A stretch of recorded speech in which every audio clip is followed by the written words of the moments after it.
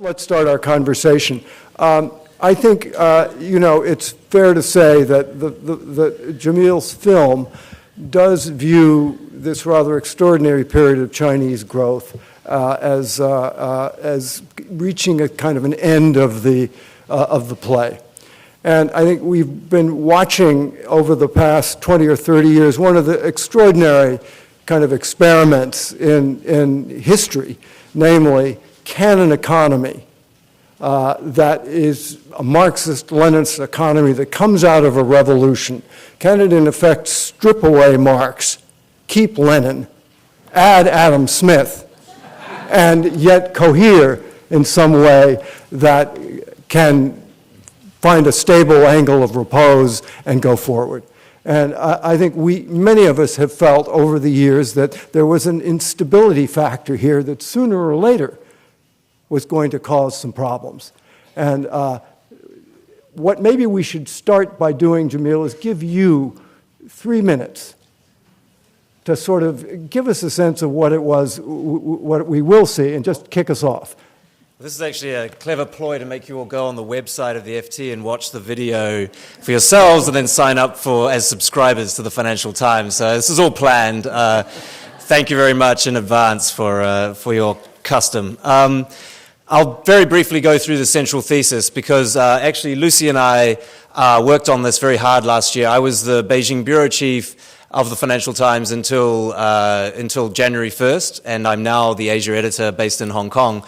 But last year, Lucy and I and our colleagues, we sat down at the very beginning of the year and we decided what our big topic for the year was, what we were going to focus on for the year and do a series of pieces on. And what we came up with was this idea of the end of the migrant miracle, the end of this flow of humans from the countryside into the cities to work in the factories, to work in the construction sites, to work in the restaurants.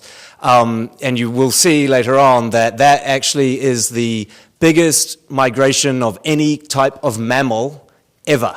It's quite amazing. And it's actually the biggest annual migration of mammals because everyone who's a migrant worker, 277 million of them, they usually around Chinese New Year go home for about a month back to the villages. So that mass movement is much bigger than, I think, bats are the second biggest, and they're a lot smaller, something like 90 million. So it's astonishing when you think about it. And that movement of people is really one of the main things that has led to this extraordinary growth in China over the last 30 years. Is that just the fact of moving people from very low productivity jobs in the countryside to much higher productivity jobs in factories, in construction sites, just that shift has created enormous, enormous wealth.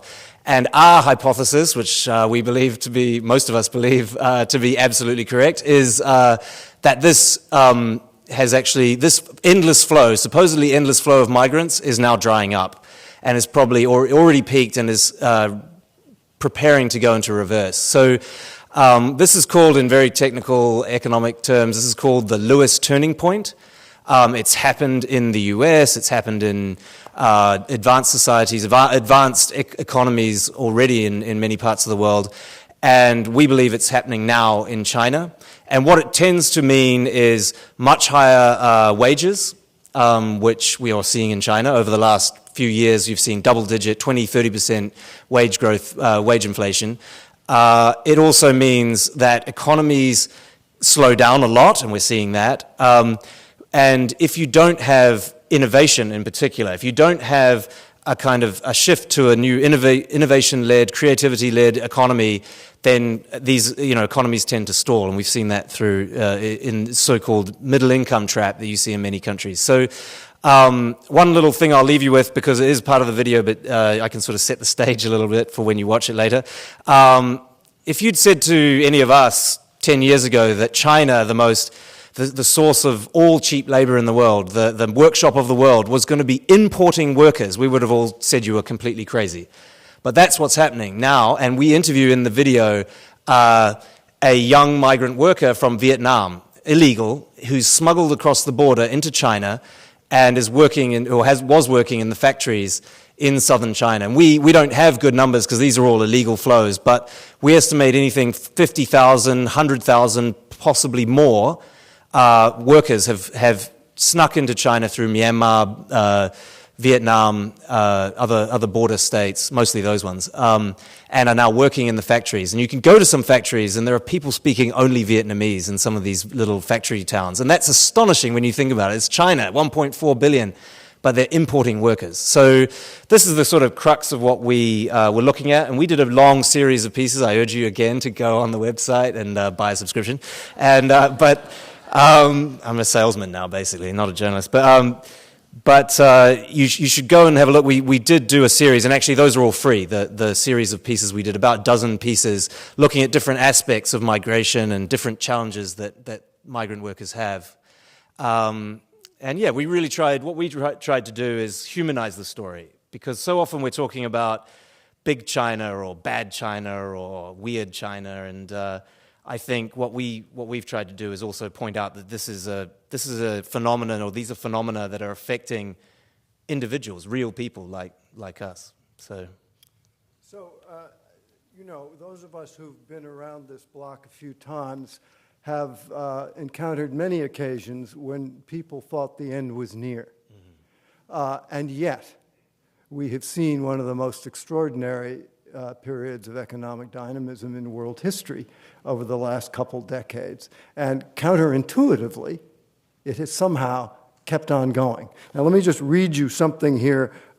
This is from the Telegraph, if I can find it. And basically, what they're suggesting is that we've seen in this last quarter a kind of an uptick in the economy. The housing market looks better, growth rates and exports are better. Why should we believe that this is actually the last act of this drama? You're asking me, right? Well, I'd like to ask all of you, okay.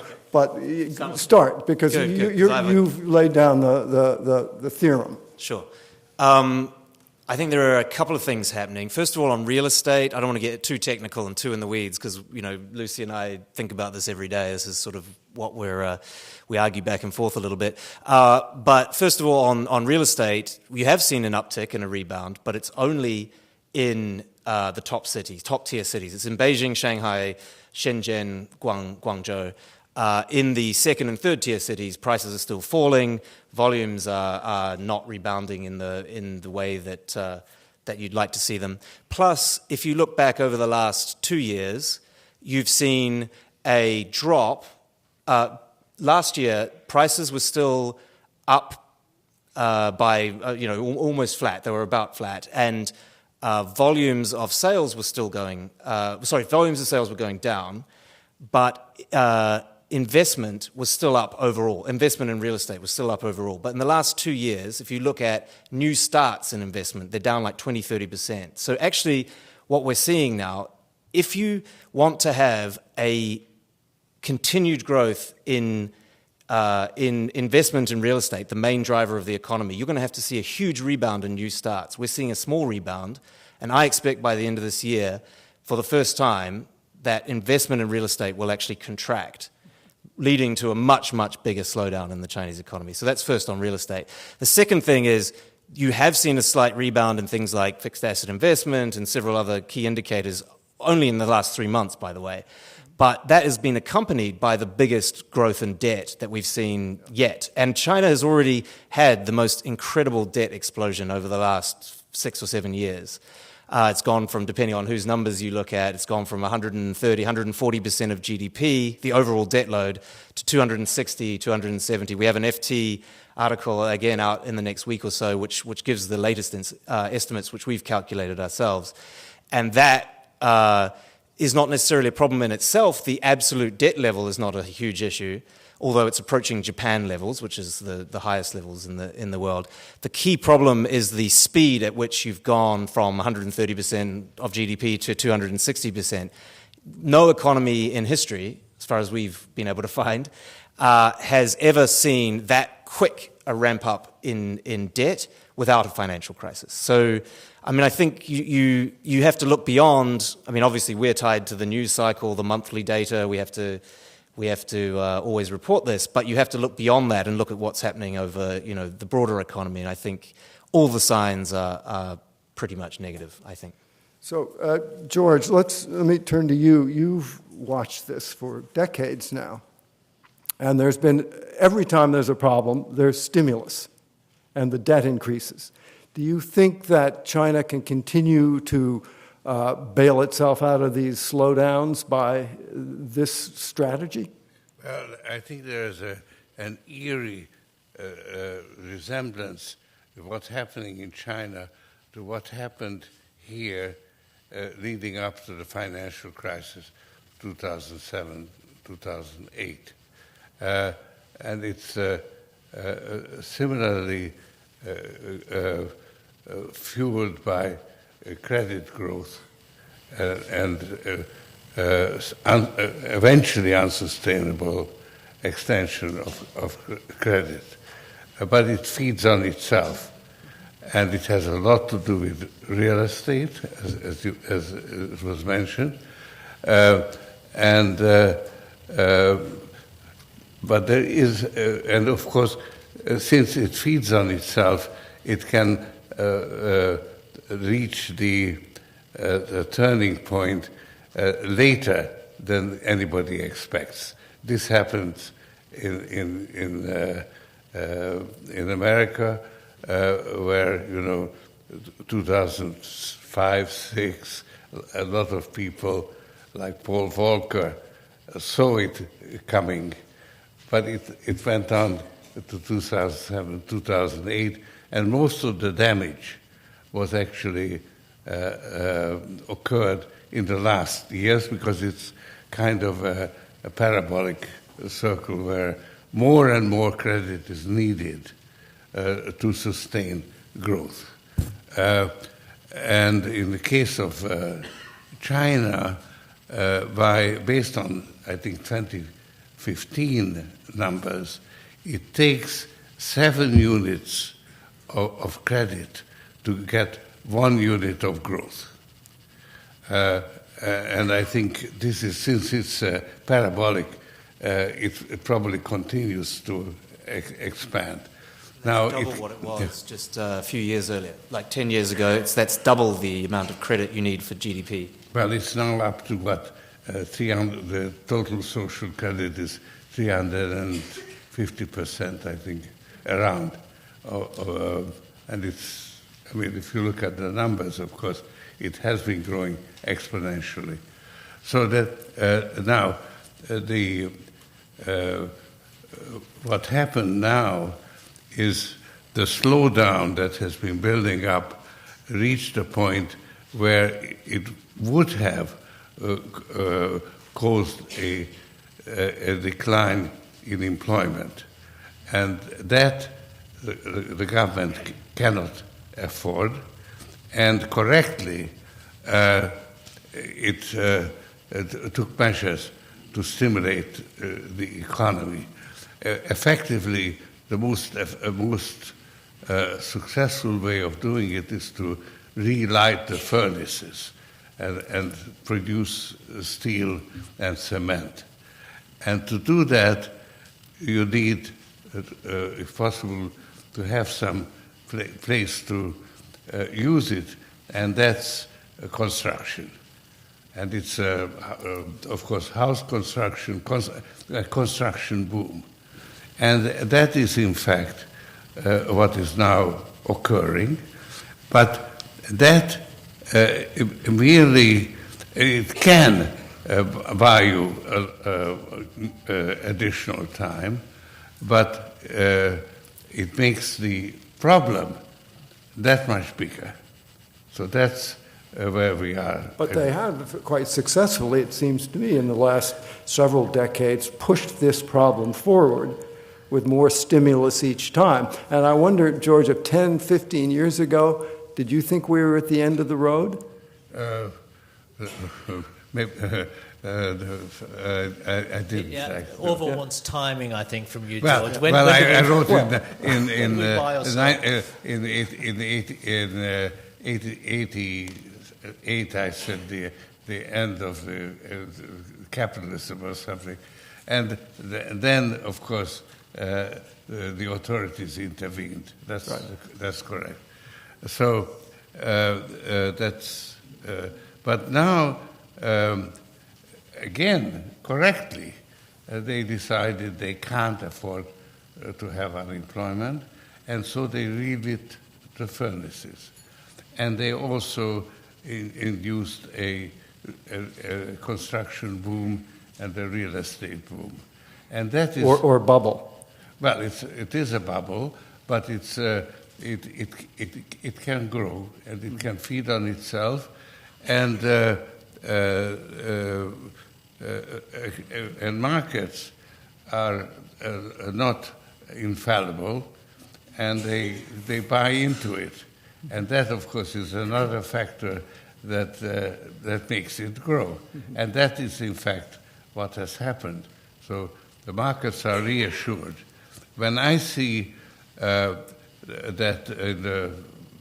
in March, credit grew by enormous amount, that is taken as a sign, well, recovery is on the way.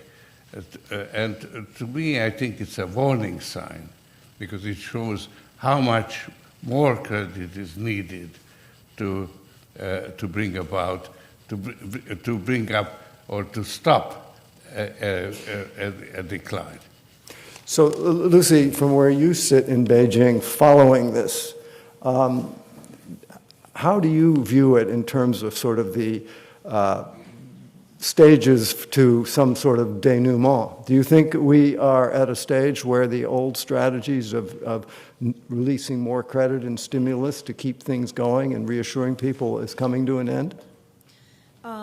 Yes, I think we are, but I don't necessarily think that that means a super hard landing. I think that you can visualize it in a way that, if you assume there was sort of a general level of organic growth that should have happened given China's population growth, general increase in wealth, let's say from 1949, it should have gone, at a certain level. Instead, it went way down. Then there was sort of a boomerang effect, like pulling on an elastic band, where it shot way up, started to moderate and come back to the mean, and then, as Mr. Soros just said, they juiced it. Now it's coming back to the mean again. They've juiced it again. Sooner or later, I think it'll always come back to the mean. I think the mean is still going to be growing, though. There's still a number of Chinese that don't have our standard of living and aspire to that, which is quite normal. The question is just whether in juicing it, whether they're willing to accept a time where it should go below that mean again before it reverts to a more sort of organic or natural stage. And I think, as you say, they're very afraid of that. So you wrote a wonderful book about the party, about how things work politically. So two thoughts occur to me. One, do you think politics are relevant to how China manages its economy? And do you think at this stage that Xi Jinping has both the power and the will to correct the fundamentals of the situation so that it doesn't have to keep getting, as Lucy's so elegantly put it, juiced? I think if you look at Xi Jinping and you can divide his power or his behaviour into two areas. There's one area is the party area, and if you think what he has control of, the 3 Ps, he has control of the PLA, personnel and propaganda. Whether, in fact, you like what he's doing in those areas, he can be very effective, very decisive, very nimble in controlling those levers of power. When it comes to the economy, the sort of increasingly, authoritarian style of leadership that we see in Xi Jinping doesn't work. It may work a little bit. We have had a slight uptick in property prices and everything this year, in the first 3 months of this year. I think that's a temporary thing. But, China is a vast, sprawling, continental, complicated economy. Xi Jinping is chairman of everything, as we know. He's the chairman of the party internal group overseeing the economy. But I doubt he has that much time, and as people tell me, to actually focus on it. He has a very tight inner circle, but within that inner circle on the economic side, he has a very cosmopolitan, worldly, market-oriented advisors. I don't see any sign that he's really listening to that. But in any case, he can't, click his fingers on the economy as he might be able to click his fingers and get the governor of this or that province removed.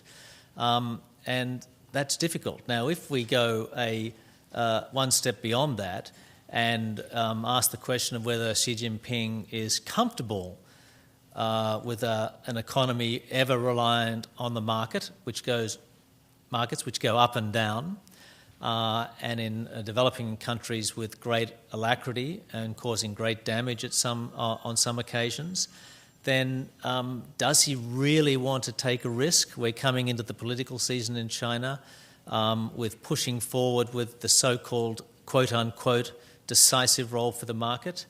I'm not sure that's his instincts, actually, and his instincts might be to juice things.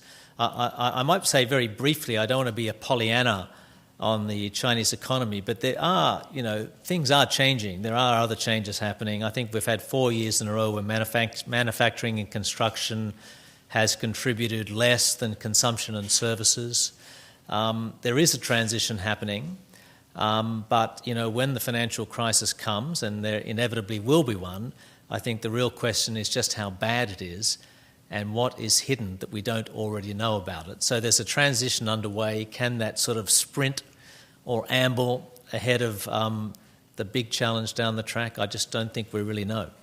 So, you raised the interesting question about, whether Xi Jinping is willing to countenance doing exactly what he said he'd like to do, namely let market forces determine the allocation of capital to a greater extent. But as we saw in the stock market crash a year ago, when push comes to shove, the party wants to move in and fix things. Do you think we will reach ever a time when it will be safe enough to begin the kinds of reforms which the party itself declares are necessary? And I throw this to all of you. I'll speak briefly then. But, well, I think no, in some respects. I think the Communist Party, as long as it survives, will always want to have, the state, or at least enterprises over which they control, the personnel at the top of, to have, the commanding heights of the economy, if you like. So that's the first thing. If you look, for example, at the moment, when Zhirongji was in charge and they did the massive overhaul of the state sector, something between 40 and 50 million people were laid off. In the last few weeks, we've heard talk about 1.8 million people being laid off. Now, obviously that's difficult for anybody who does lose their job, but compared to what the economy went through before, that's almost a rounding error. And in terms of Chinese employment, it's almost a rounding error. It's almost like attrition. And if that's a difficult decision now compared to what the Chinese leaders managed to push through before, then you do sense a sort of loss of nerve in really transforming the economy completely. And I don't think they want to do that in any case. Mm-hmm.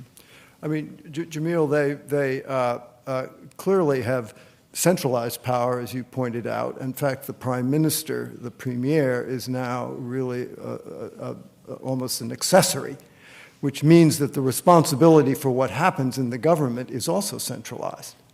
How do you think Xi Jinping is going to manage to sort of spread the blame if, in fact, your scenario comes to be true? Sure. Well, I think he can still blame the Premier. I think the Premier is still nominally in charge of the economy. And we've heard recently that the Premier has not been traveling for the last 5 months because he has to stay back in China and deal with the economy. So he's still the fall guy if things get really bad.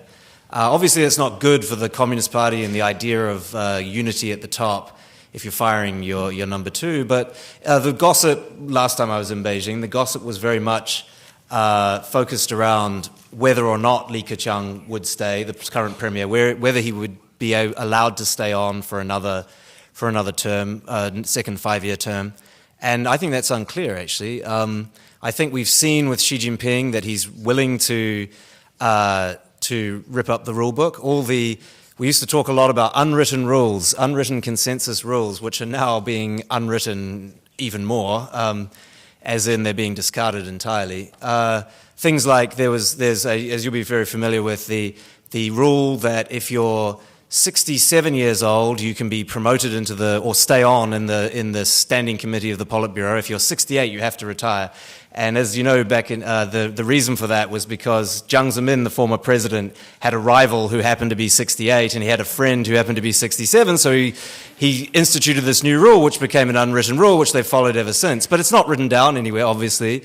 And I think there's a very good chance Wang Qishan, for example, will be allowed to stay on. He's the key hatchet man, very important person in the anti-corruption campaign and many other things. I would point out that Xi Jinping has really taken power on so many things that we hear about. Some of these are sort of secret, some of them are more open, but there are now something like 30-something small leading working groups, which are the real way that power is exercised, including how to fix the Chinese soccer team, which I think is hilarious. There's a small working group led by the president with the premier as the vice chair and all these people, and they sit around and talk about how and why their soccer team sucks so much. It is that broke. It is really bad. The soccer team really does suck. The men's team, by the way, the women's team's fantastic. Yeah. I mean, Deng Xiaoping was head of the All China Bridge Association. That's was right, his that's highest. Right. Well, that's actually a point I was going to make, is that people say, well, look at Xi Jinping. He's got all of these positions. He's got all these formal roles as the head of all these small working groups.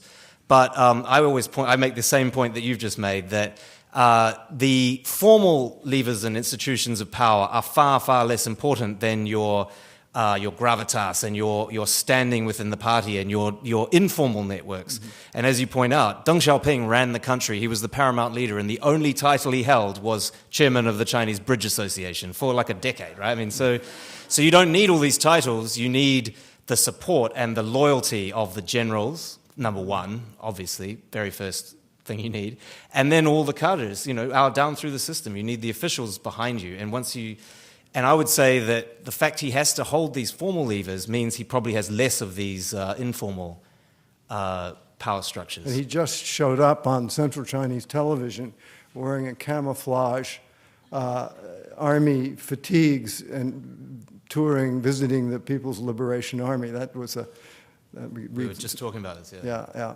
So, Lucy, let me ask you, you live in Beijing, and you cover the economy. How do you think ordinary people are experiencing this sort of evolution of economic things in China?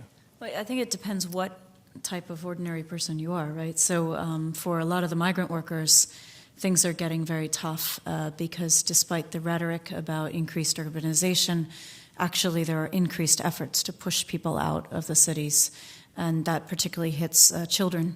So they had relaxed a lot of rules for children attending schools.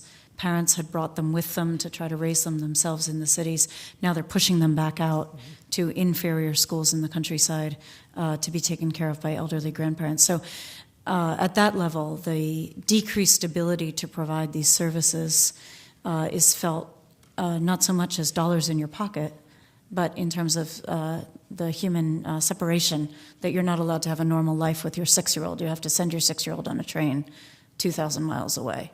And, I've had people say to me, I've got the money, I can pay for the school fees. They just won't give me the paperwork to put her in. But otherwise, are you finding people optimistic, pessimistic, frightened? I think a lot of people are looking at real estate in California, yeah. Well, so this is something I wanted to ask you about, George. There's much talk about capital flight. And, of course, there is a policy to do mergers and acquisitions as well.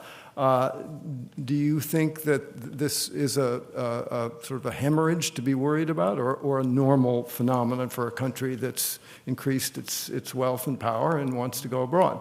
No, it's it's a growing phenomenon, and I think the anti-corruption drive, which can hit people unexpectedly because it's used as a way of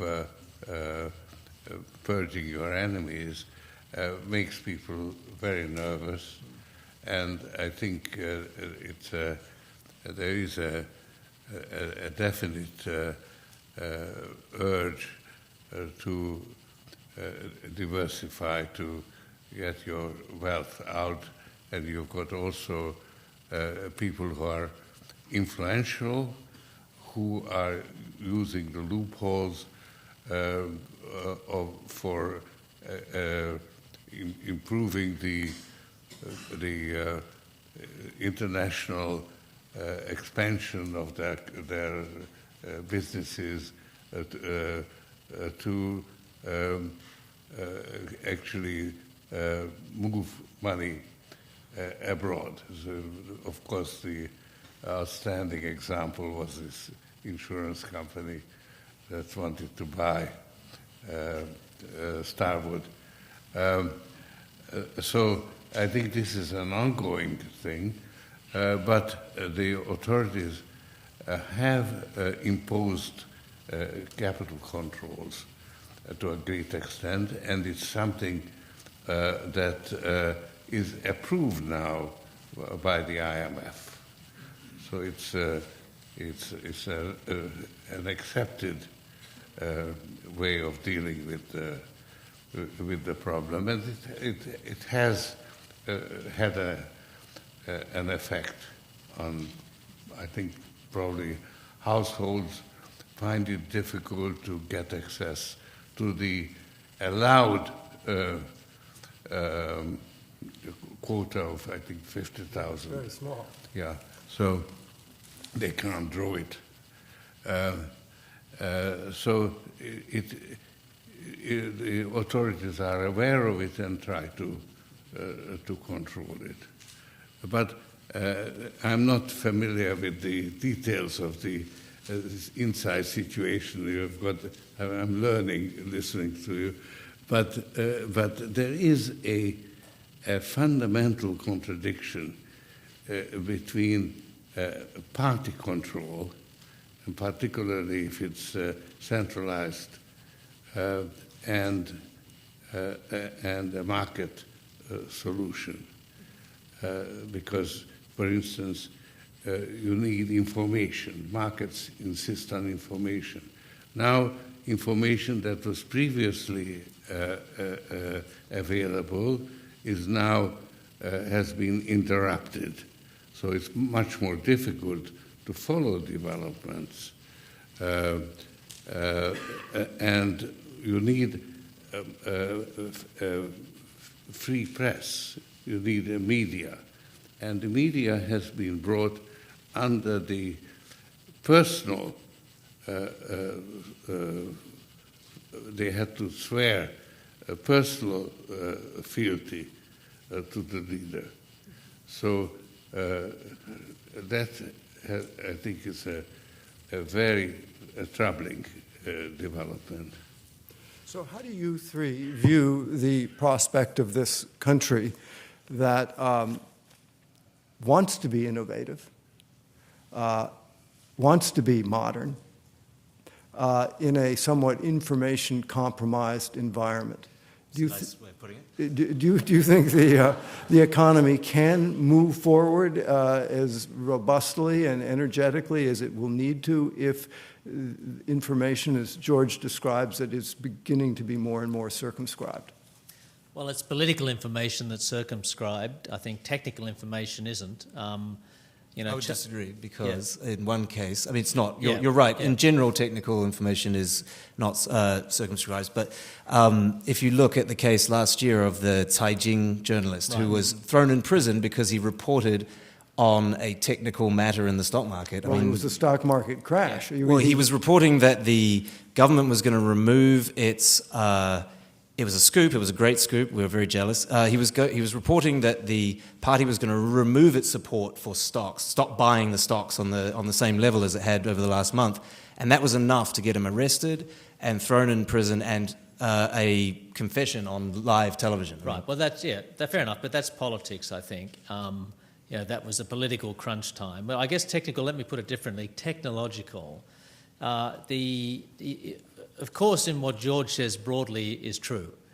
You're not going to build a great society unless you have an open society. But China, I think, has done better than anybody expected, having it both ways. Now, how do you explain that? Well, there's the effect that Lucy talks about. It's the boomerang effect. Remember, this is a society bouncing back. It's a highly educated society, obviously mainly in urban areas compared to rural areas. Without getting into sort of cultural mumbo jumbo, it's you go to China. It's very energetic. It's very entrepreneurial. People want to improve their lives, and they've been able to do that. And so there's a great incentive you can work hard and get on. And also, if you go to the sort of basic technology that we use getting around a city these days, the Ubers and the like, and the Chinese version of Didi Dache, whatever it's called, all those sorts of things, the Chinese do very well with them. And the Alibabas and this, that, and the other. In terms of consumption, it's a very switched-on place. Now, can it prosper and grow at the rates it has if all the sort of the horrible sort of, the kryptonite at the heart of the party system stays there? I doubt it, and I think it will be a drag, but I don't think we should think it can't be innovative. But there is a school of thought that believes precisely because there's so many impediments, and Chinese have such incredible dynamism and energy, the sort of Darwinian imperative of finding ways around these impediments has created an enormous sort of innovative That's right. creativity. It's a skill. Yeah, it's a skill. I'll give you go. Lucy. I was to say, I've heard a Chinese person say to me that if they didn't spend so much brain power on navigating the bureaucratic system, they could have invented the iPhone. Well, that sort of refutes my argument. I've got another slight rebuttal to your argument. So I have a friend. He studied at MIT actually in 1989. He was a student in '89. I don't want to say too much about him because you might be able to identify him, but he was a student in '89. I think I know who you mean. Okay, careful. So he's a student in '89, but he left that year and he went to MIT. He sold his first company several years later for $100 million. He went back to China and he has lived there for a long time. His family have a big car dealership business. That's what he does. But he's still a nerdy programmer at heart, and he has 4 or 5 guys who are old sort of friends of his, old colleagues of his, working. He pays for them to just innovate.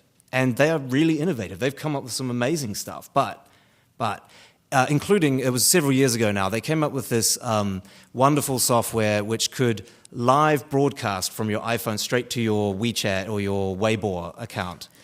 And they were the first in the world to come up with this. It was a really innovative, so it's like live streaming to your Twitter account, and anyone could go on and just see what you're doing, what you're looking at. Now think about the implications of that for a police state, for an authoritarian system, where I could be sitting there, Xi Jinping picks his nose, I'm live streaming that to everyone on the internet, or there's a protest down in this village or that village, I'm live streaming. And so he recognized immediately the huge potential for this, but also the huge danger he was in having come up with this technology.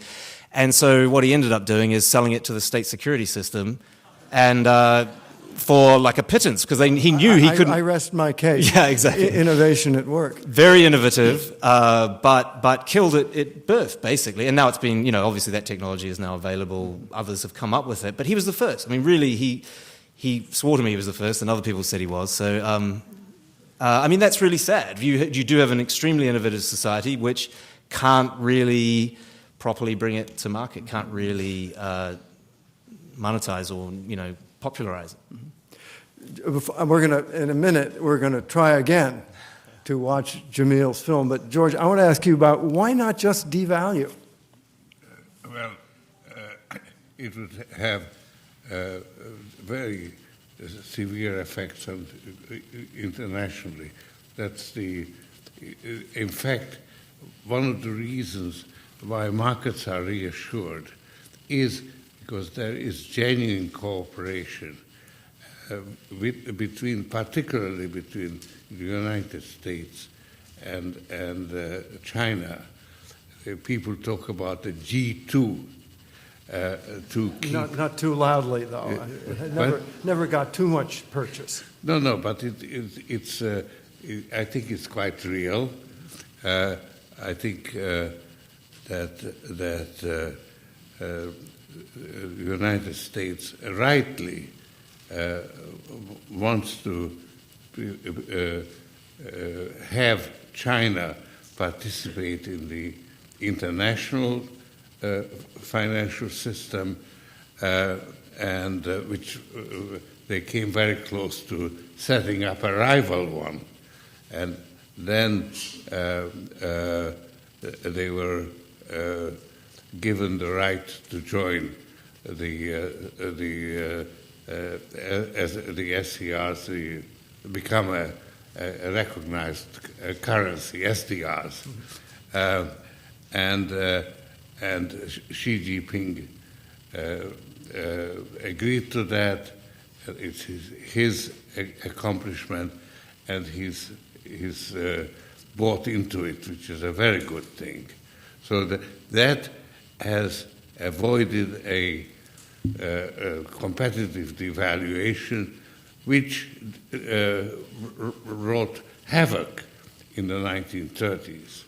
So that we have learned quite a bit from that experience. We are avoiding it so far exactly based on the efforts that we have learned from that. And this is why the markets are actually calmer than they were at the beginning of the year. And you think that China will sort of maintain that sort of responsible stakeholder posture?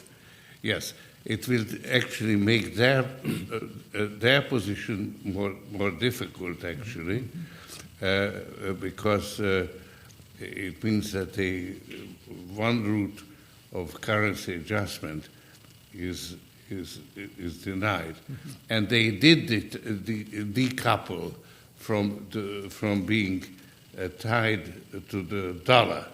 So they now are tied to a basket of currencies, of which the dollar is just one.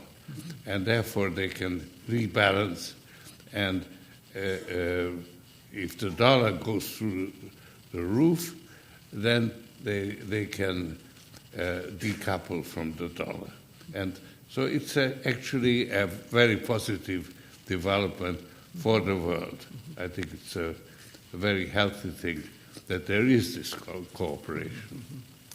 Okay, now I suggest that we sit here and see what happens. Let's see if our heads are in the way, we'll move. But let's dim the lights and see if we can get the film up, and then we'll have questions for you all afterwards. Well, good work. Interesting. So before we have questions from you all, let me ask our panelists, just in literally 15 seconds, what one thing do you think China could do and should do?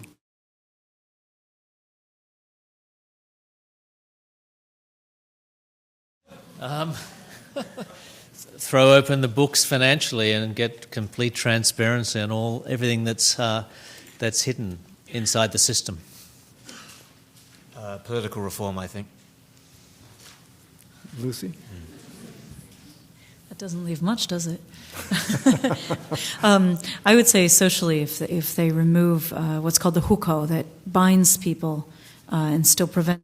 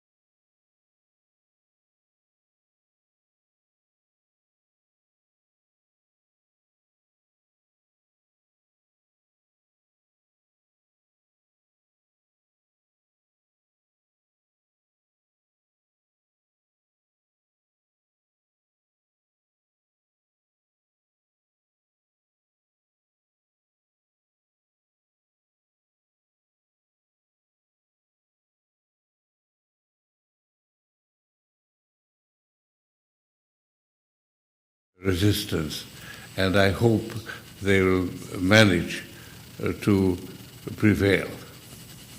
So we sort of return to where we began, whether perhaps Marx and Lenin belong together, but Lenin and Adam Smith finally are not such congenial partners. Anyway, let's have some questions from you all. There are some microphones because this is being webcast, and so we can have your question be webcast as well. And please make your questions short and tell us who you are. And let's have the lights up so I can see you. Right there, I see a hand. Yeah. So I have a question for Mr. George Soros. If you were the Chinese leader, what would you do to help Chinese people to fight against the economic hardship and mitigate the financial loss? Thank you. So did you get that, George? What would you do to fight against, what was it? Economic hardship. Economic hardship. If he was Well, I think that the authorities realize that they can't afford to have large-scale unemployment, and they are right to do so, and that's why they actually ignited the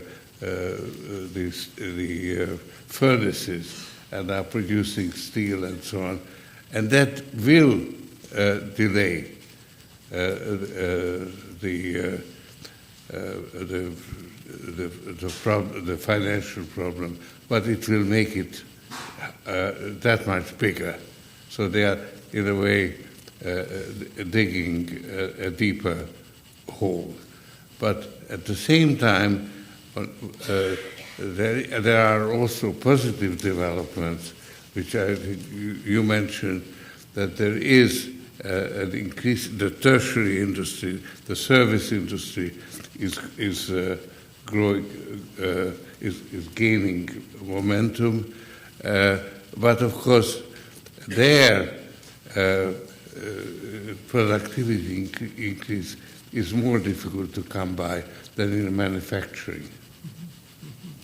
Okay, another question. Let's see. I see one right here. Let's have a microphone down here if we could. And maybe let's position another mic maybe right here for the next question. Thank you. I just wanted to ask about... And you are? Nicholas Davidoff. I just wanted to ask about some news in the FT this morning about the Chinese operating their own gold fix and just the general interests of the PBOC in gold, generally given the politics of the Shanghai Accord with the Fed. What do you think about that? Is that a parallel strategy or a hedge for the PBOC? I'll leave the technicals of monetary policy to Mr. Soros, but I think that there's a broad ideological concept here that the Chinese leadership for years has looked overseas. Ideologically, they haven't brought up in a culture that a market can be set by itself, and so there's a lot of discourse in China about having pricing power, and the perception is that if we have the exchange, if we have the fix, then we can set prices and not you. And so we won't be at the mercy of your price. And of course, the dollar as the world sort of lingua franca currency is the ultimate goal there. But you've seen that rhetoric attached to every commodity, large or small. So without daring to answer how it would affect the PBOC's technical movements, I think that you should also look at this as very much a response to an ideological perception of how markets work and who holds the power in those markets, and trying to take that power and move the center of that power to China. Because China thinks that George Soros has all the power and he can set Exactly. prices in the world, and so they want to take that power back from him and have it in Shanghai. So. Fortunately, I can't comment because I couldn't hear the question. Very convenient. All right, a question right here. Yes, my name's Kevin Doherty, and the question is about the currency that Mr. Soros brought up. Certainly recently in the last weeks and months, it does seem that there's more stability and perhaps some agreements by different central banks to try and keep things more stable. But over the last, whatever period you want to go, 2, 3, 5, 8, 10 years, there's been extreme currency volatility globally in whatever currency you look at. How long do you think they can really maintain some sort of tacit agreement to try and keep things stable when market forces are pushing things so strongly towards instability?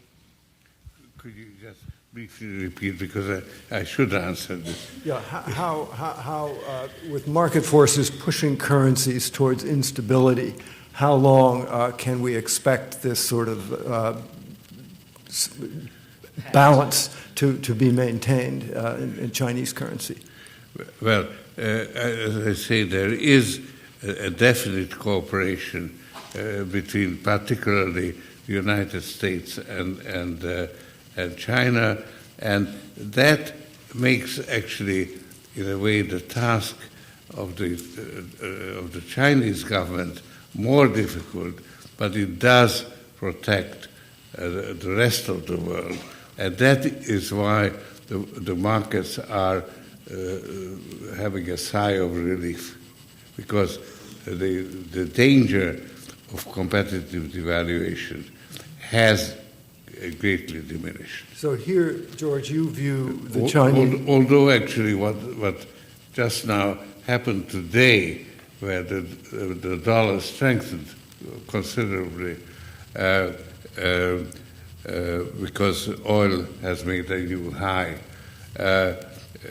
will strengthen the dollar and will make the commodity-producing countries' position more difficult. So you think, in a certain sense, China should be commended for the role it's playing in keeping world currencies stable? Yes. Okay, next question. Let's see, right here on the very edge, a woman. Hi, my name is Erica Chang. I'm a graduate student at Columbia University, and I would like to address my question to our Financial Times representatives. How would you interpret the messages that China is sending by militarizing the South China Seas? Could we say that it's the Chinese government's effort to assert or reinforce its global power during this economic downturn? So how do our Financial Times representatives interpret China's militarization of the South China Sea? Rich is working on a book on sort of this topic, so... Not actually on that. Sort of. Sort of. But I'm more East China Sea, but I think that, we were talking earlier about, is China innovative? China could be very strategically innovative. We mightn't know, of course, whether what it's doing in the South China Sea now will work. We might need 10 or 20 years. Perhaps we have to wait until we have the first Shangri-La hotel open on the Paracel Islands or something to see if the strategy is really working. But I think basically, there's a lot of cult in talking about China these days. There's a lot of the cult of Xi Jinping. It's all about Xi Jinping. But I think really what he's doing, he's certainly more decisive and he acts more quickly, drives consensus. But China's claims to the South China Sea, or all the sorts of envelopes that China are pushing at the moment, none of that is new. The main thing that's new, I guess, is we have a more decisive leader, but China has much greater capability to enforce those claims. The tactics they've been using, the so-called salami slicing tactics, are, I think, on one level, very clever. The US is not going to war over a newly built sandy atoll. It probably isn't going to go to war either, though, after these islands have been militarized, which obviously is taking it to another level altogether. At the current stage, China couldn't defend those islands. In 10 years, they might be able to. Flip that around, though, and the strategy doesn't look so clever. China might think, as a certain other country has at different times, might is right. But you look at what's happening in Asia these days. We hear about the US pivot. The real pivot in Asia, or the real impact of the pivot in Asia, is the multiple areas of cooperation opening up against China. It's Japan and the Philippines, it's Japan and Vietnam, it's even Vietnam and the Philippines, of all places. Not that they're very powerful, but everybody is making all these links. Malaysia and Indonesia, we've had the issue with the Chinese fishing boats all the way down in the Natuna Islands in the last few weeks. So can China just do what it wants, which is what it's doing? Is China, as the State Councillor, then Foreign Minister Yang Jiechi famously said in 2010 in Hanoi, China is a big country and you're all just small countries, and that's just a fact. Is that sustainable? I really wonder about that, and I really wonder, every time China overreaches like this, everybody says, oh my gosh, they're going to reassess and pull back, and frankly, the opposite has happened. So, I think it's, we're not at an inflection point right now, but I think it's going to be very, very dangerous in the next 5 to 10 years. It's a bit of a ramble. But. Do you have any comment, Jamil, on this? I've got a slightly, I agree with everything Richard said. But I've got to be careful. Richard hired me to the FT, and he's, in Chinese we say, 我老大, so he's my rabbi, so I've got to be a little careful. I have a slightly... In my religion, I'd say bishop. Bishop, yeah. Getting confused. Yeah. So, I toy with this slightly unorthodox idea that China, sometimes I think China could be being more belligerent. China could be being even more assertive. And as you pointed out, that it's all the claims that they're making are claims they've made for decades. So we're not seeing the claims expand, we're just seeing the ability, I think I'm agreeing with you again, the ability to enforce those claims is much greater than it was before. I almost wrote an article and didn't end up doing it, but I was going to call China the reluctant superpower, that it's kind of educated its populace in nationalism, educated its people to believe that all these border areas belong to China, they've always belonged to China, and now it sort of has to kind of act on it, but it's kind of reluctant. It doesn't want, I see elements in the system that doesn't want to expand too much. It doesn't want to get into a fight with America, obviously, and it doesn't really want to get a fight with Japan. It doesn't. So I actually, if I flip it around a little bit, I'd say China could be a lot worse than it is being, could be a lot more belligerent, and is maybe, but then I go back and think they're really mean and nasty and bullying their neighbors. So I sort of toy with this idea of, what would be the worst case scenario? They could be making bigger claims. They could be saying Mongolia was always part of China. They could be saying that, Hungary was part of China at one point. Genghis Khan made it all the way to the gates of Vienna. Why not say that all belongs to, it was the UN empire, right? So The 100-dash line. The 100-dash line, all around the world. Maybe we'll see that one day. But actually, Korea belonged to China. Japan, maybe Vietnam, definitely belong. They could make a lot bigger claims. Maybe they will. I just think that if all they want is a few piddly islands in the. Sorry, I've got to be really careful here. Piddly islands like Taiwan and Japan and. I think the U.S. is following the right policy in cooperation. Microphone a bit closer. In cooperating where China cooperates and pushing back where China is pushing forward. And that will, I think, hopefully that attitude will keep China from pushing too far forward.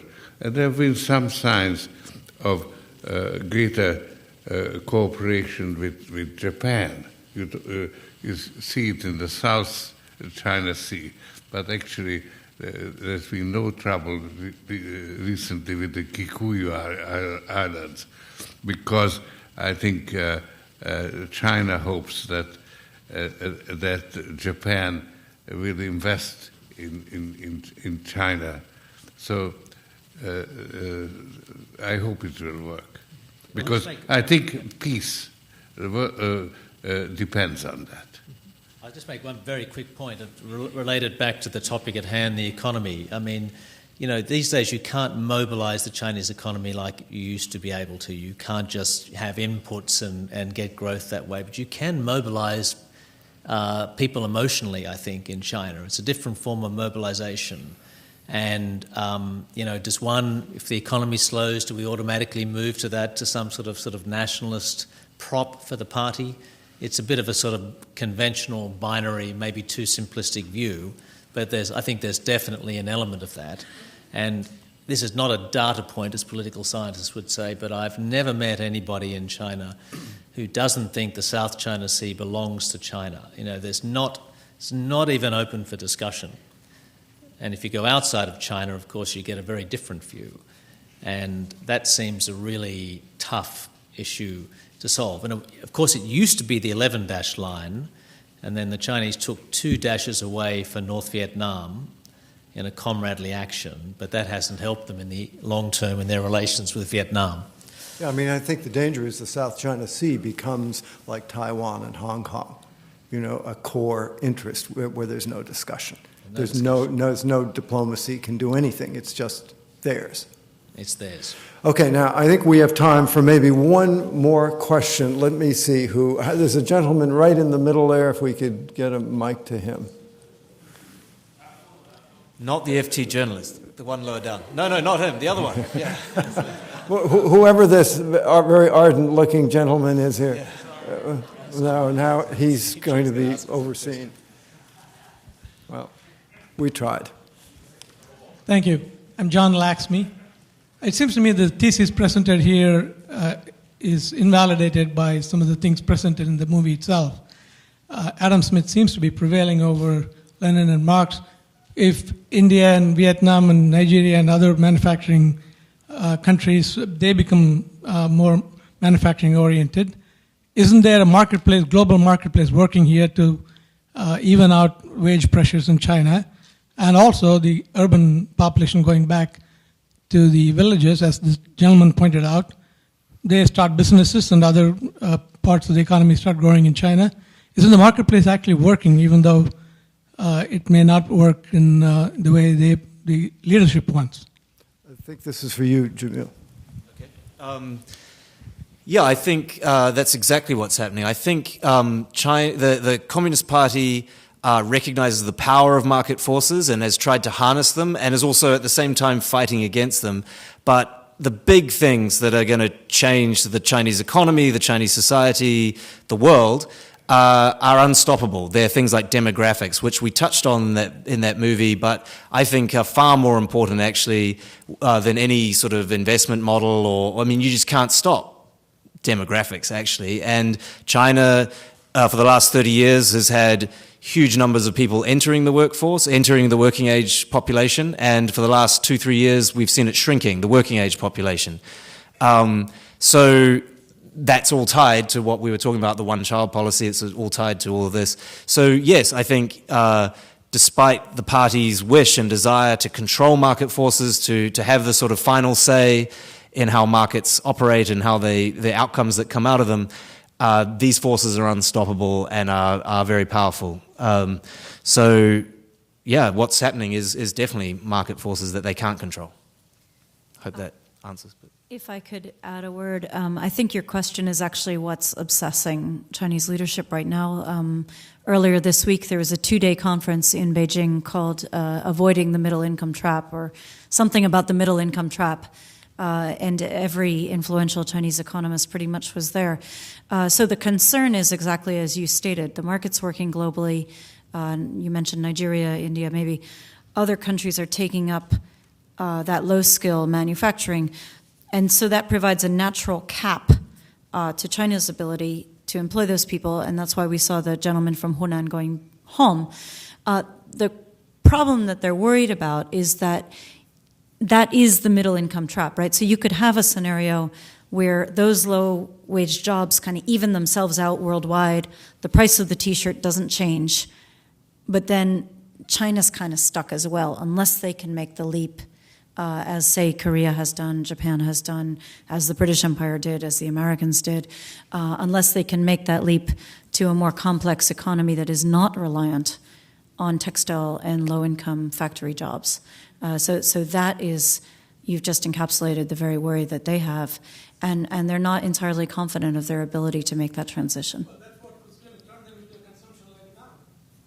Yeah, I would argue that all the examples you give, Japan, Taiwan, South Korea, just in the region, that transition, that evasion of the middle-income trap is generally accompanied by democratization and political reform. So, I mean, call me a zealot, but I think those two things go together. I think that's also part of the inexorable market forces that are driving. So either China's going to get stuck in this middle-income trap, or it's going to be driven by it will be accompanied by natural political reform, I think. That's my sense. Although I have to say, Jamil, having thought this almost every single year over the last 30 years, I have to take my hat off to how far they've gotten without having that political reform that you suggest is so essential.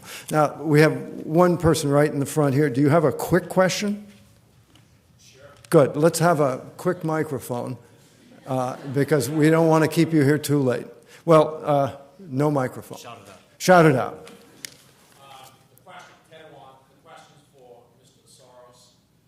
As China's credit boom and GDP growth observed, your theory of reflexivity actually worked beautifully on the way up. And now with the very high debt to GDP ratio and the boom, obviously will follow with a bust.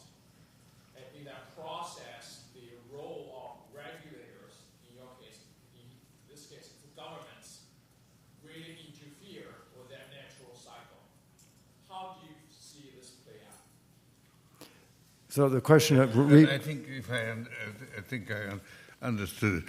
I think the key is the banking system, because the bad debts.